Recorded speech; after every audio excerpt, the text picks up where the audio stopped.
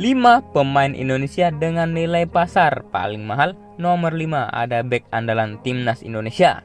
Sebelum lanjut ke berita, bagi yang belum like, komen, dan subscribe, silahkan subscribe terlebih dahulu untuk mendukung channel ini.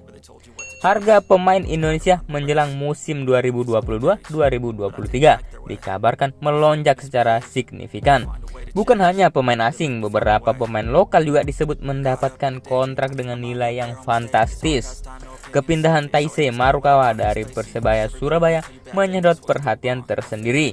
Persebaya mengklaim telah menaikkan tawaran hingga 5 kali lipat kepada pemain asal Jepang itu, tapi Marukawa memilih pindah. Pemain terbaik dari Liga 1 2021-2022 itu pindah ke PSIS Semarang. Tidak dijelaskan secara pasti berapa nilai kontrak yang didapatkan Marukawa, tapi tawaran PSIS diyakini bersaing dengan nilai yang diajukan Persebaya.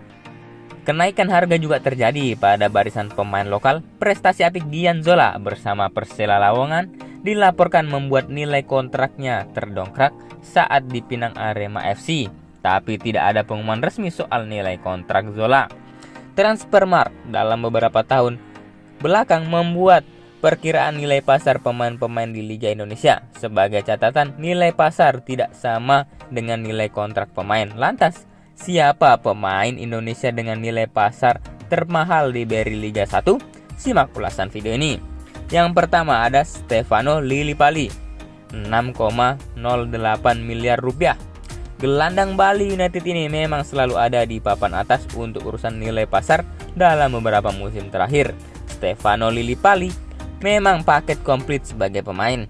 Ia dikenal punya kualitas bagus. Selain itu, pemain keturunan Indonesia Belanda ini juga punya kemampuan bisa dimainkan di beberapa posisi. Di usianya yang sudah 32 tahun, Lillipali masih tampil konsisten. Ia adalah sosok penting dalam keberhasilan Bali United di musim lalu. Tak heran nilai pasar Lillipali masih di kisaran 6 miliar rupiah yang membuatnya jadi pemain Indonesia dengan nilai pasar tertinggi saat ini. Kemudian yang kedua, Pratama Arhan, 565 miliar rupiah. Ada nama kejutan di posisi 2 pada daftar ini. Sosok itu adalah Pratama Arhan, mantan pemain PSIS Semarang yang kini bermain di Liga Jepang, Tokyo Verdy. Bek kiri berusia 20 tahun itu menyamai nilai pasar yang dimiliki seniornya di timnas Indonesia, Evan Dimas, yakni mencapai 565 miliar rupiah. Kepindahan Arhan dari PSIS Semarang ke Tokyo Verdy dipercaya turut serta menaikkan nilai pasar pemain kidal itu. Kemudian yang ketiga, Ilija Spasojevic, 5,56 miliar rupiah. Sama seperti Lillipali, Ilija sudah memasuki usia kepala 3, namun performanya masih prima. Terbukti dari torehan 23 gol yang ia buat untuk Bali United di Beri Liga 1 musim lalu. Selain mengantarkan Bali meraih juara 23 gol, itu juga menjadikan sebagai top skor.